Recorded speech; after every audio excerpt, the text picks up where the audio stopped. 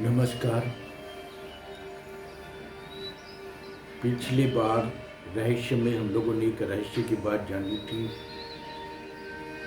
फिर काफ़ी समय निकल गया। आज दूसरे रहस्य का क्लास लेने में इस बीच कितने लोगों की जान गई, कितने लोग परेशान हैं, कितने लोग अस्पताल में हैं, समझ में नहीं आ रहा है कि हम लोगों का भविष्य क्या होगा, आज हैं कल रहेंगे या नहीं। हमारे स्वामी श्री शरणानंद जी महाराज कहा करते थे, मिली हुई चीज़ों का दुरुपयोग करने से वो प्राप्त परिस्थितियां छीन जाती हैं। हम इस दुनिया में उपलब्धियों के लिए तरह तरह के गलत कदम उठाते हैं, अपने सामर्थ्य का दुरुपयोग करते हैं और आज कितनी आसानी से प्रकृति हम लोगों की लाइफ छीन ले रही है। हम कुछ नहीं कर पा रहे, मेरा पैसा सामर्थ्य कोई काम नहीं आता है। ये बहुत बड़ा जीवन का रहस्य है।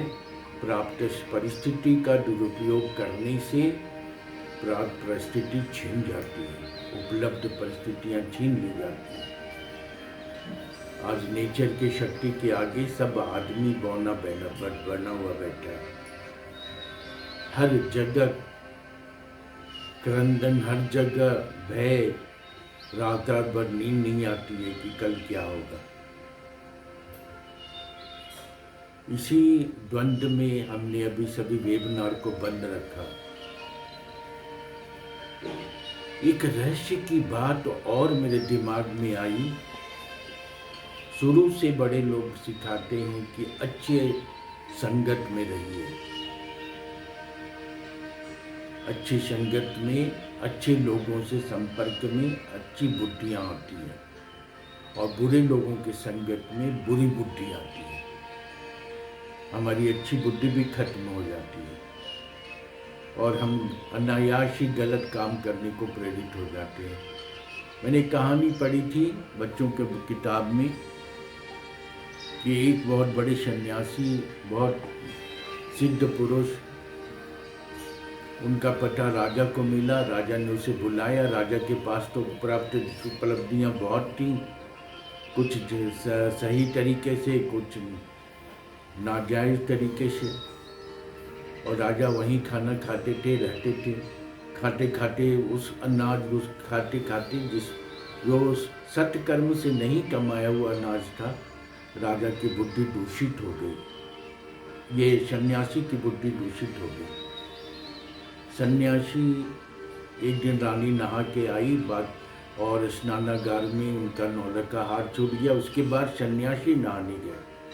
तो जब सन्यासी नहाने गए तो उन्होंने सोचा कि ये नौलखा हार है, ये रख लूँगा तो शायद जिंदगी भर हमें ये दर दर भटकना नहीं पड़ेगा, किसी के दरवाजे पर रहना नहीं पड़ेगा। दूषित बुद्धि ने उनके विचार को दूषित कर दिया और नौलखा हार लेकर बिना राजा से बताए हुए, रानी से बताए हुए, जहाँ उनकी इतनी मान प्रतिष्ठा थी, चुपचाप उस शहर से दूर चले गए और जंगल में गए। फिर सोचने लगे इसको कैसे इनकैच किया जाए।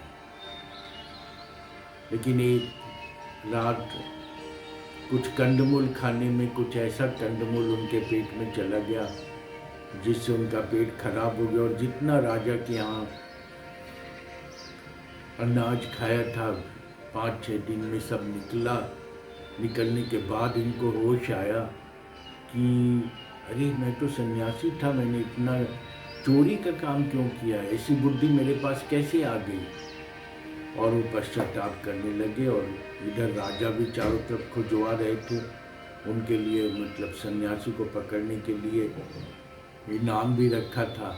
लेकिन एक दिन राजा, ये सन्यासी चुपचाप आकर के राजा से मिले और कहे कि ऐसे ऐसी मेरी बुद्धि दूषित हो गई थी और मैंने ये उठा लिया था, ये आपका हार है, आपको सजा देना है, सजा दो।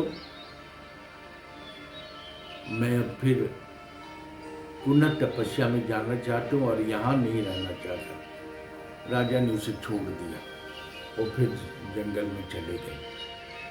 तो उन्होंने बताया कि दूषित अनाज खाने से दूषित विचार हमारे शरीर में उत्पन्न होते हैं, दूषित लोग, गलत लोगों के साथ रहने से गलत बुद्धि मेरे दिमाग में आती है और हम गलत काम करने लगते हैं। एक और वाक्य मुझे याद आया, मेरी बुआ प्रोफेसर देवकी देवी, उन्होंने संन्यास ले लिया था और उन्हें अंत में कैंसर हो गया और उस कैंसर से बहुत पीड़ित थी। तो करीब वृंदावन के 40 संत एक दूसरे कमरे में इकट्ठा हुए और उनके जल्दी से स्वास्थ्य लाभ के लिए प्रार्थना करने लगे। बुआ ने मुझे बुलाया, मैं देखने गया था और कहा कि सभी सन्यासियों का पैर स्पर्श करो और प्रणाम करके आ जाओ। जैसे मैं भीतर घुसा, पता नहीं मेरे शरीर में कैसा स्पंदन हुआ। मैंने सबको चुपचाप प्रणाम किया और चुपचाप आया और अपनी अनुभूति उन्हें बताई। बुआ ने बताया कि देखो, अच्छे साधु संगत और अच्छे लोगों के संसर्ग में जाओगे तो उनके शरीर से तरंग निकलता है, वो तुम्हारे शरीर को शुद्ध कर देता है, मन शुद्ध हो जाता है, विचार शुद्ध हो जाता है, तन शुद्ध हो जाता है और उस शुद्ध आत्मा से तुम बढ़िया काम करोगे। And so many people nowadays also used to say that you should always live with good people। इसमें ये बहुत बड़ा रहस्य है। और जैसे बुरे लोगों के साथ आप रहोगे वो तुरंत आपको ट्रिक सिखाएंगे, बिजनेस ट्रिक। ये झूठ नहीं बोलता, इसको झूठ बोलना सिखाओ। ये घूस नहीं लेता, इसको घूस लेना सिखाओ। घूस नहीं लेगा तो ये उन्नति कैसे करेगा। तो आजकल के ज़माना में जो सच्चाई के रास्ते पर चलता है उसकी इज्जत पुराने ज़माने के चोरों की तरह हो गई है। और प्रकृति ने जब अपना हिसाब लेना शुरू किया, वहाँ आदमी एकदम असमर्थ है। स्पेन में एक लड़का कोरोना से डेथ हो गया। उसके पास बहुत पैसे थे, बहुत पैसा कमाया था और उसने कहा था, उसका वीडियो मेरे पास है, उसने अपने दोस्त से कहा कि मेरा पैसा मेरे कोई काम नहीं आया, मेरा स्वास्थ्य साथ नहीं दिया, प्रकृति साथ नहीं दी और मैं चला जाऊंगा, ये तो निश्चित है। तुम हमारे जाने के बाद और ये सारे पैसे को सड़क पे लुटा देना, लोग लूट के ले जाएंगे। और वो सड़क पर आकर के सारे पैसों को लुटा दिया। वर्तमान परिस्थिति में ये रहस्य सोचना समझना बहुत जरूरी था।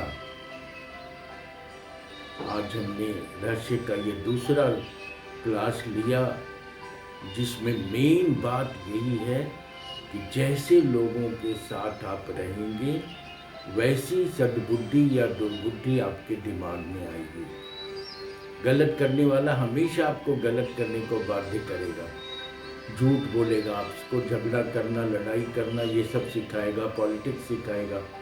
अच्छे करने वाले लोग आपको अच्छा बुद्धि सिखाएंगे। और even if you go near them no, उनके पास जाने से ही आपके शरीर में, आपके दिमाग में बहुत परिवर्तन होगा।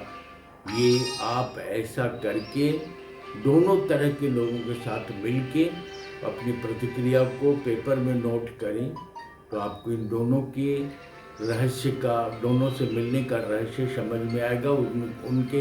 उन दोनों के मिलने से क्या अंतर है आपके शरीर में आया, वो महसूस जो किया आपने, उसको लिख के देखिएगा तो मेरी बात आपको समझ में आएगी। ये प्रकृति का बहुत बड़ा रहस्य है। हमने 2-3 बातें जानी। प्रकृति का नियम का विरोध करने वाले और उसके विपरीत जानने वाले और परिस्थिति का दुरुपयोग करने वालों से वो परिस्थिति ऊपर वाला छीन लेता है, नंबर 1। नंबर 2, बुरी संगति से हमें, हमारे दिमाग में बुरी बात आती है। बुरे लोगों का भोजन या पानी भी नहीं पीना चाहिए। और तीसरा, सत्संगति से, अच्छे लोगों के साथ सत्संगति करिएगा तो आपके दिमाग में अच्छी विचार आएगी और प्रकृति आपके साथ रहेगी, प्रकृति आपका साथ देगी। और जीवन में बहुत बड़े बड़े काम को करने वाले लोग वही हैं सफल आदमी वही हैं और टिकाऊ वही हैं जिन्होंने प्रकृति का सहारा लिया है। आजमा के देखिए, कैसा लगा ये आप हमें बताएंगे। धन्यवाद, नमस्कार, प्रणाम।